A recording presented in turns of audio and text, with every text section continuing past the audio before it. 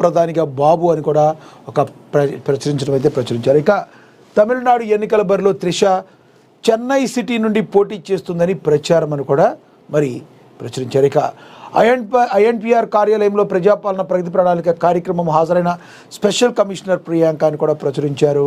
ఇక సివిల్స్ ఫలితాల్లో తెలుగు విద్యార్థుల సత్తా, సింగరేణి ఉద్యోగి కుమార్తెకు జాతీయ స్థాయిలో 55వ ర్యాంక్ రావటం నిజంగా మరి చాలా విశేషం. దాని గురించి కూడా ఇక దుబాయ్పై బాంబులు, బంకర్లలోకి ప్రజలు హై అలర్ట్ జారీ చేశారు.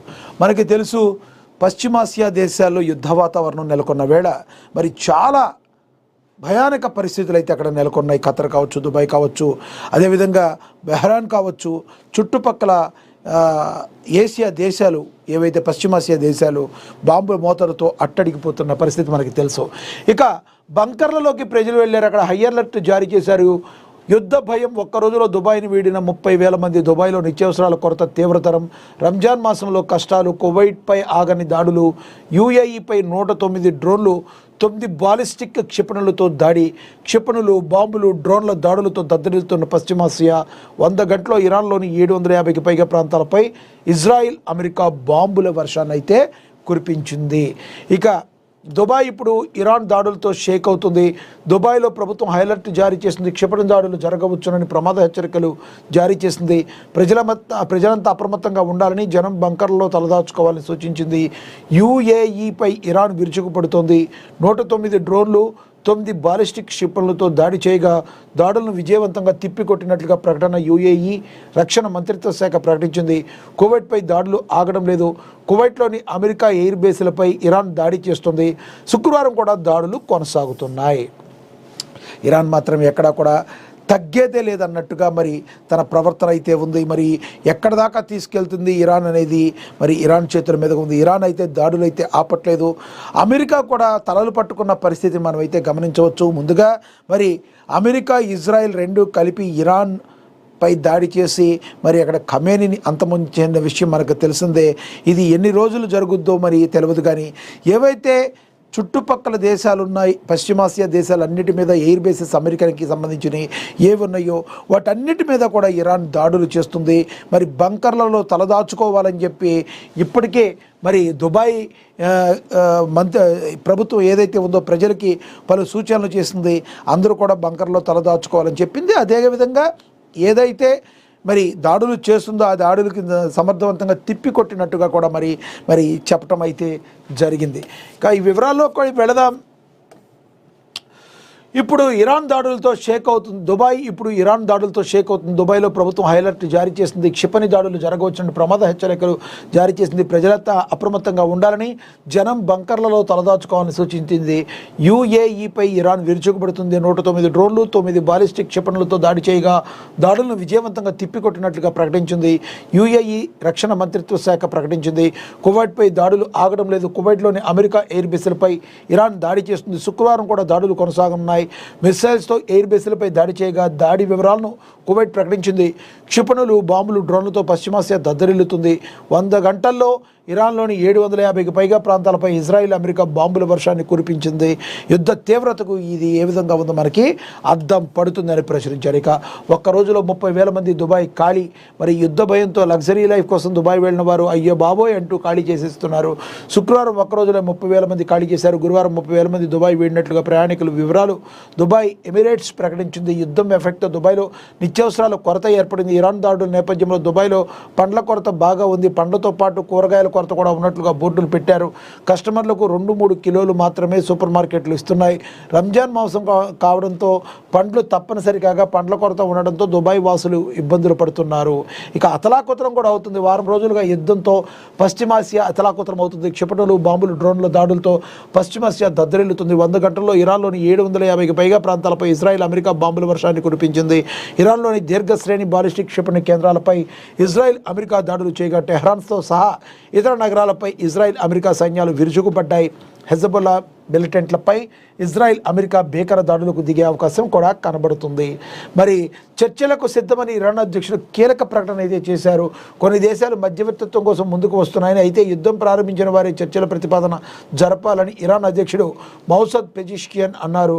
కొన్ని దేశాల చర్చల ప్రయత్నాలు చేయిస్తున్నాయని తెలిపారు. ఎవరైతే యుద్ధాన్ని స్టార్ట్ చేశారో వాళ్లే చర్చలు చెప్పాలి, మేము చర్చలకు రామన్నట్టుగా చెప్పారు. ఇక యుద్ధంపై ట్రంప్ కూడా సంచలన ప్రకటన చేశారు. ఎలాంటి షరతులు లేకుండా ఇరాన్ లొంగిపోవాలని, అప్పుడు చర్చల గురించి ఆలోచిస్తామని అమెరికా అధ్యక్షుడు ట్రంప్ సంచలన ప్రకటన చేశారు. ఎవరైతే యుద్ధం స్టార్ట్ చేశారో మీరు చర్చలకు రావాలి, మేము చర్చలకు రావటం కానీ మేము లొంగిపోవటం కాదని ఇరాన్ చెప్తుంటే, కాదు బేషరతుగా మీరందరూ కూడా లొంగిపోవాలని ట్రంప్ అయితే సంచలన ప్రకటన చేశారు. ఇరాన్కు లొంగిపోవడం తప్ప మరో మార్గం లేదన్నారు. ఆ దేశంలో ప్రభుత్వం మార్పు జరగాలన్నారు. మరి ట్రంప్ చూడాలి, మరి ఇది ఎక్కడి వరకు వెళుతుంది అనేది మనందరం కూడా వేచి చూడాల్సిన పరిస్థితి. ఇక సివిల్స్ ఫలితాల్లో తెలుగు విద్యార్థుల సత్తా. సింగరేణి ఉద్యోగి కుమార్తెకు జాతీయ స్థాయిలో 55వ ర్యాంక్. సివిల్స్ ఫలితాల్లో అనూజ్ అగ్నిహోత్రికి మొదటి ర్యాంకు. తెలంగాణకు చెందిన 20 మందికి ర్యాంకులు. రాజీవ్ సివిల్ అభ్యాసం సహాయం పొందిన వారిలో 20 మంది సివిల్స్కు సెలెక్ట్. అభినందించిన CM Revanth Reddy, deputy CM Bhatti Vikramarka. రాష్ట్రానికే గర్వకారణమన్నారు టీపీసీసీ చీఫ్ మహేష్ కుమార్ గౌడ్. మరి ఇది నిజంగానే తెలంగాణ బిడ్డల యొక్క మరి గొప్పతనంగానే మనం భావించవచ్చు. ఆల్ ఇండియా సర్వీసులో నియామకాల కోసం యూనియన్ పబ్లిక్ సర్వీస్ కమిషన్ నిర్వహించిన సివిల్స్ 2025 తుది ఫలితాలు విడుదలయ్యాయి. ఈ మేరకు యూపీఎస్సీ ఫలితాలను శుక్రవారం మధ్యాహ్నం విడుదల చేస్తుంది. ఇందులో అనూజ్ అగ్నిహోత్రికి మొదటి ర్యాంకు లభించింది. తాజా ఫలితాల్లో తెలుగు రాష్ట్రాలకు చెందిన విద్యార్థులు 30 మంది ప్రతిభ చూపారు. రాజీవ్ సివిల్ అభయహస్తం పథకం లబ్ధిదారులు 20 మందికి ఎంపిక రావటం రికార్డు. తెలుగు తేజాలు అని కూడా 55వ rank Srujana, 193 rank DSK Prachet, అలాగే 259వ ర్యాంకు ఎస్ వర్షిత్ రెడ్డి, 297వ rank M Pavan Kumar Reddy, 541 rank Velimineti Vikramasimhareddy, 573 rank Gummala Swetha, 640వ ర్యాంకు ర్యాంకుపల్లి ప్రమోద్ విష్ణు, 682వ ర్యాంకు గుమ్మల విజయసింహారెడ్డి. ఇలా టోటల్గా ఎంతోమంది మరి అద్భుతంగా మరి రాజీవ్ అభ్యాస సహాయం అందుకున్న వారిలో 20 మందికి ఎంపికయ్యారు. చాలా అద్భుతంగా ఎంపికయ్యారు. వీళ్ళందరికీ కూడా మరి కంగ్రాచులేషన్స్ చెప్పారు. మరి బట్టి విక్రమార్క కావచ్చు, సీఎం రేవంత్ రెడ్డి కావచ్చు, ఉప ముఖ్యమంత్రి బట్టి విక్రమార్క కావచ్చు, మరి టీపీసీసీ చీఫ్ మహేష్ కుమార్ గౌడ్, వీళ్ళందరికీ కూడా శుభాకాంక్షలు తెలియచేయటం జరిగింది. వీళ్ళందరూ కూడా తెలుగు బిడ్డలు, ఈ రకంగా తెలంగాణ బిడ్డలు మరి అద్భుతంగా రాణించడం మనందరం కూడా హ్యాపీగా ఫీల్ అవ్వాల్సిన అంశం. ఇక అదేవిధంగా సీఎంగా నారా లోకేష్, ఉగాది తర్వాత ముహూర్తం. ఉప ప్రధానిగా బాబు. ఇది చాలా సీరియస్ ఇష్యూ, దీని గురించి మాట్లాడుకోవాలి. నితీష్ కుమార్ సీఎం పదవికి గుడ్ బై చెప్పి అనూహ్యంగా జాతీయ రాజకీయాలకు వెళుతూ ఉండడంతో ఏపీలో కూడా ఇదే సీన్ రిపీట్ అవుతుందంటూ ప్రత్యర్థి పార్టీలతో పాటు పలు మీడియా సంస్థలు డిబేట్లు చేస్తున్నాయి. చంద్రబాబు ఉప ప్రధానిగా, నారా లోకేష్ ముఖ్యమంత్రిగా బాధ్యతలు స్వీకరించబోతున్నారన్న చర్చ జరుగుతుంది. టీడీపీ వర్గాలు దీన్ని ఖండించడం లేదు. ఉగాది తర్వాత నారా లోకేష్ ముఖ్యమంత్రిగా బాధ్యతలు స్వీకరించడం ఖాయమని, ఇటీవల చంద్రబాబు పవన్ కళ్యాణ్ భేటీలో ఇదే జరిగిందని వైసీపీ నేత మాజీ మంత్రి పేర్ని నాని అన్నారు. అయితే అంతకు ముందు నుండే దీనిపై చర్చలు మొదలయ్యాయి. చంద్రబాబు అధికారంలో ఉండగానే లోకేష్కు పగ్గాలు అప్పగించి తీర్చిదిద్దుతారన్న టాక్ నడుస్తుంది. లోకేష్ రాజకీయంగా ఇప్పుడు ఎంతో పరిణితితో కనిపిస్తుండగా కేడర్ అంతా లోకేష్కు ప్రమోషన్ కోరుకుంటున్నారు. తమను బాగా చూసుకుంటున్నాడన్న నమ్మకం కూడా ఏర్పడింది. ఈ ప్రతిపాదన నిజంగా ఉందా? గతంలో తెలంగాణలో కేటీఆర్ సీఎం అవుతున్నారంటూ జరిగిన ప్రచారం లాంటిదేనా అన్నది వేచి చూడాలి. ఎందుకంటే మనందరికీ తెలుసు, ఇప్పుడు కూటమి ప్రభుత్వం ఏర్పడింది. ఇది ఓన్లీ టీడీపీ ప్రభుత్వం ఏర్పడి ఉంటే ఇది అంత ఈజీ అయిపోయేది. ఎందుకంటే మనందరం కూడా దీని గురించి ఆలోచించాల్సిన పరిస్థితి.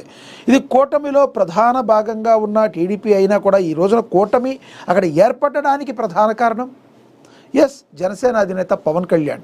మరి జనసేన అధినేత పవన్ కళ్యాణ్ వెనక మరి మేమున్నామంటూ ఓ సామాజిక వర్గం మొత్తం కూడా వెళ్ళి క్యారీ అవుతూ వెళ్ళిన మాట వాస్తవం. అవునన్నా కాదన్నా ఏపీ రాజకీయాలు, కుల రాజకీయాలు